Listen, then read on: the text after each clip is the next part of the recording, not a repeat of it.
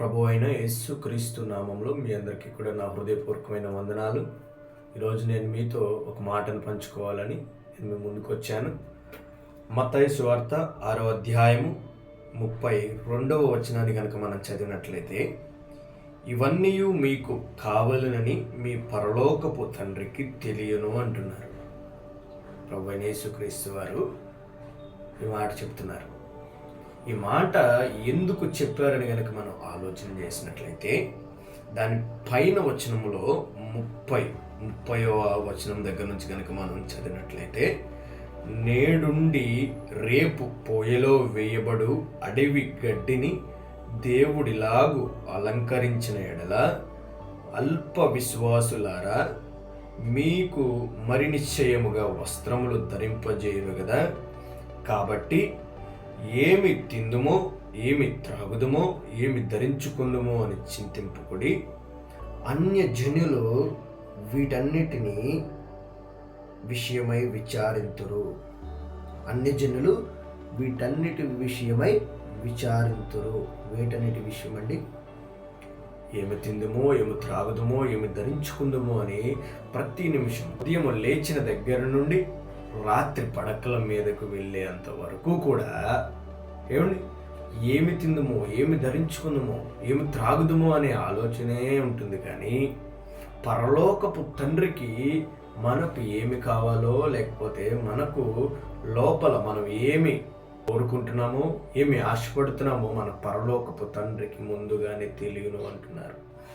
ఇవన్నీ మీకు కావాలనని మీ పరలోకపు తండ్రికి తెలియను అంటున్నారు. మరి మన పరలోకపు తండ్రి అనగా మనం సృష్టించినటువంటి దేవుడే కదండి. మరి మన పరలోకపు తండ్రికి తెలిసినప్పుడు, మనం సృష్టించినటువంటి దేవుడికి తెలిసినప్పుడు మనకి ఏమి ఇవ్వాలో, ఏమి ఇవ్వకూడదో, ఏం మాట్లాడాలో, ఏం మాట్లాడకూడదో, ఎక్కడ కూర్చోవాలో, ఎక్కడ కూర్చోకూడదు, ఏమి చూడాలో, ఏమి చూడకూడదో, ఇవన్నీ కూడా నేర్పించినటువంటి దేవుడు నీకు ఏమి కావాలో, త్రాగడానికి, తినడానికి, ధరించుకోవడానికి ఏం కావాలో, ఏం ఉండకూడదో, ఏమైనా ఎలా చేసుకోవాలో, అలంకరణ ఎలా చేసుకోకూడదో, ఇవన్నీ కూడా దేవుడు ఎంత స్పష్టంగా ఈ పరిశుద్ధ గ్రంథంలో చెప్పిన విషయములు మీకు తెలియనివైతే కాదు. ఎలా ఉండాలి, ఎలా ఉండకూడదు, ఏం ధరించుకోవాలి, ఏం ధరించుకోకూడదు, ఎలా మాట్లాడాలి అనే విషయాలన్నీ కూడా ఈ పరిశుద్ధ గ్రంథంలో ఉన్నాయి. కానీ ఈ రోజున మనం ఏమి తిందుమో, ఏమి త్రాగుదమో, ఏమి ధరించుకుందామో అని వేషధారుని వలె మనము దేవునిని మరచి ఈ లోకానుసారమైన జనులను వెంబడించుకుని దేవుని వెంబడించడం మానేసి, ప్రభు అయిన యేసుక్రీస్తు వారిని వెంబడించడం మానేసి అన్ని జనులలో కలిసిపోయి, అన్ని జనుల వల్ల మాట్లాడుతూ, అన్ని జనుల వల్ల తిరుగుతూ, అన్ని జనుల వల్ల ధరించుకుంటూ వారితోనే మనం జీవితమంతా కూడా గడిపేసి దేవుడిని పక్కన పెట్టేస్తున్నాం. పరలోకపు తండ్రి ఏమంటున్నారంటే, ఇక్కడ నీకు ఏమి కావాలనో పరలోకపు తండ్రికి తెలియను కదా.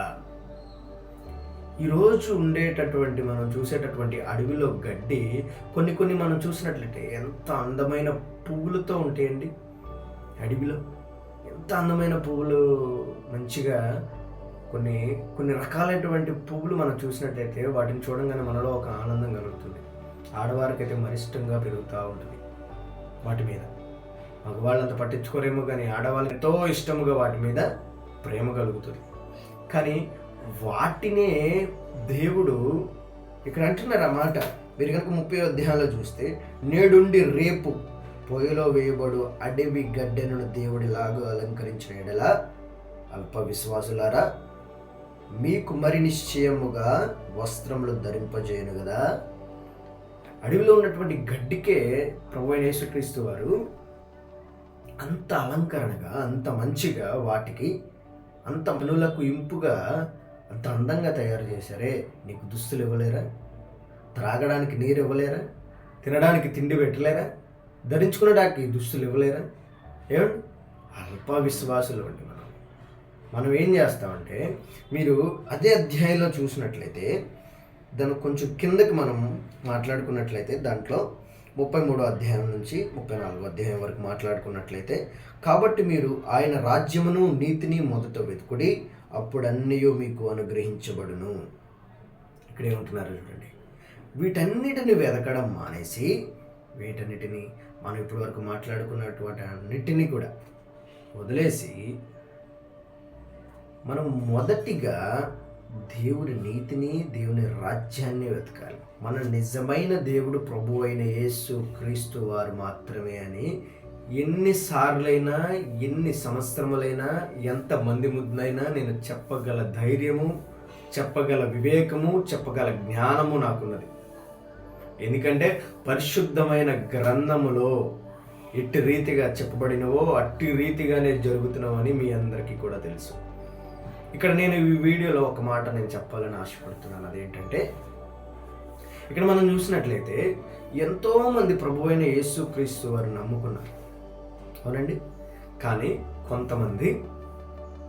కొంతమంది దేవుని గురించి తెలియక, ఒకవేళ తెలిసినప్పటికీ కూడా ప్రభువైన యేసుక్రీస్తు వారిని నమ్ముకోవడం అంటే ఆయన మార్గంలోనికి గనక మనం వెళ్తే, మనము ఇప్పుడు చేస్తున్నటువంటి అవినీతి కానివ్వండి, పాపపు పనులే కానివ్వండి, లేదా ఈ లోకానుసారమైన పనులే కానివ్వండి, మనం వదిలేసుకోవాలి. ఈ లోకానుసారమైన పనులు మనం వదిలేసుకోవాలి, కానీ మనం వదులుకోలేము. ఎందుకనగా మనము గనక ప్రభువైన యేసుక్రీస్తు వారిని నమ్ముకోకుండా ఇతర వాళ్ళని నమ్ముకొని పూజిస్తూ ఆరాధిస్తుంటే గనక దాంట్లో ఎటువంటి తప్పును కూడా నీవు తప్పు చేస్తున్నావు, తప్పు చేయకూడదు అని చెప్పేటటువంటి వారు ఎవరు కూడా లేరు. దాన్ని ప్రోత్సహించే వాళ్ళే తప్ప ఇది తప్పు అని చెప్పేటటువంటి వారు ఎవరు కూడా లేదు. ఎందుకు అని గనక మనం ఆలోచన చేస్తే వారు కూడా అదే దారిలో వెళ్తా ఉన్నారు. కానీ ప్రభువైన యేసుక్రీస్తు వారిని నమ్ముకుని ఆయన మాటలకు విధేయత చూపుతూ విశ్వాసం ఉంచి, ఆయన మాటల వాక్కు మీదే మన గురి ఉంచుకొని జీవిస్తున్నారు కొందరు. క్రైస్తవుల్లో కూడా ఎంతోమంది మోసగాళ్ళు, ఎంతోమంది అబద్ధికులు, వ్యభిచారికులు, ఎంతోమంది త్రాగుబోతులు, ఎంతోమంది తిరుగుబోతులు, ఎంతోమంది లోకానుసారంగా జీవిస్తున్నారు. గమనించుకోండి, ఎంతోమంది ఉన్నారు క్రైస్తవుల్లో. లోకానుసారంగా తిరుగుతున్నటువంటి వారు ఎంతోమంది ఉన్నారు. మీరు మారాలి. ప్రభు అయిన యేసుక్రీస్తు వారి రాకడ త్వరలోనే ఉందని మీకు తెలుసు. మీకు ఆ భయం లేదు, ఆ భక్తి లేదు, దేవుని ముఖ దర్శనము చూడాలనే ఆరాటము లేదు. ఎంతవరకు ఈ లోకానుసారమైన వాటి కోసమే మనం వెతుకుతున్నాము, కానీ ఆయన రాజ్యము కోసం, ఆయన నీతి కోసం మనం వెతకడం లేదు. ఈ రోజున దేవుని నమ్ముకోకుండా విచ్చలవిడితనాన్ని జీవిస్తూ లోకంలో కలిసిపోయినటువంటి వాళ్ళ గురించి నేను చెప్తున్నాను. వాళ్ళు దేవుణ్ణి ఎందుకు నమ్ముకునడం లేదు అంటే, దేవుని రాజ్యాన్ని ఎందుకు వెతకడం లేదంటే, ఈ లోకానుసారమైన తిండిని వదులుకోవాలి, అలంకరణ వదులుకోవాలి, ధరించుకోవడం వదులుకోవాలి, తినడం వదులుకోవాలి. కాబట్టి దేవుని రాజ్యంలో నీతిని ఎవరు కూడా వెతకడం లేదు. వారి పాపపు జీవితం వదిలిపెట్టి సత్యమైన జీవితంలోనికి, పరిశుద్ధమైన జీవితంలోనికి రావాలి గనక ప్రభువైన యేసుక్రీస్తు వారిని నమ్మడం లేదు. వారికి తెలుసు ఆయనే నిజమైన దేవుడు అని వారికి తెలుసు. ప్రతి ఒక్కరికి కూడా తెలుసు. తెలియదు అనడానికి ఎటువంటి ఆధారం లేదు. ప్రతి ఒక్కరికి కూడా ప్రభువైన యేసుక్రీస్తు వారి నిజమైన దేవుడు అని తెలుసు. కానీ ఆ మార్గంలోనికి రాకపోవడానికి గల కారణం వారి పాపపు జీవితం వదిలిపెట్టి పరిశుద్ధమైన జీవితం జీవించాలి. కాబట్టి ప్రభువైన యేసుక్రీస్తు వారిని నమ్ముకోవడం లేదు. మీరు గమనించుకోండి, ప్రభువు రాకడ త్వరలోనే ఉంది. దయచేసి ఇప్పటికైనా, ఈ రోజుకైనా, ఈ నిమిషమైనా మీరు మారండి. మిమ్మల్ని మీరు పరిశీలించుకోండి. ఇంకెప్పుడు మనం మారేది? ఈ రోత జీవితంలోనే మనం బ్రతకాలా?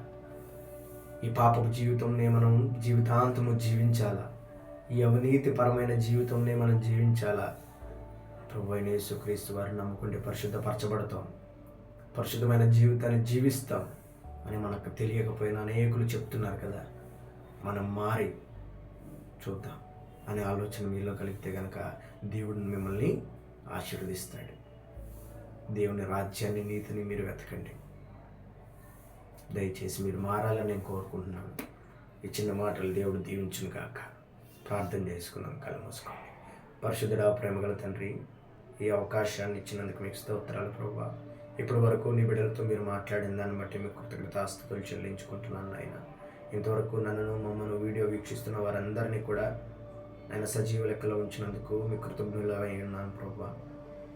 ఇప్పటివరకు మాట్లాడినటువంటి ప్రతి మాటలను కూడా వీక్షిస్తున్న వారి హృదయాల్లో నాయన నీరు కట్టి ఫలింపు చేయమని, నేను వారు ఏమి తిందామో, ఏమి త్రాగుదామో, ఏమి ధరించుకుందామో అని కాక మొదటిగా నీ రాజ్యాన్ని, నీతిని వెతకడానికి, ప్రయాసపడడానికి సహాయం దయచేయమని, ఈ వీడియోని అనేక మంది వీక్షించడానికి, నేను అనేక మంది రక్షణ మార్గంలోనికి నడవడానికి సహాయం దయచేయమని ప్రభు అయిన యేసు క్రీస్తు వారి నామములో అడిగి వేడుకొని ప్రార్థన చేస్తున్నాం తండ్రి. ఆమేన్. మరొకసారి మీ అందరికీ కూడా నా హృదయపూర్వకమైన వందనాలు తెలియపరచుకుంటున్నానండి.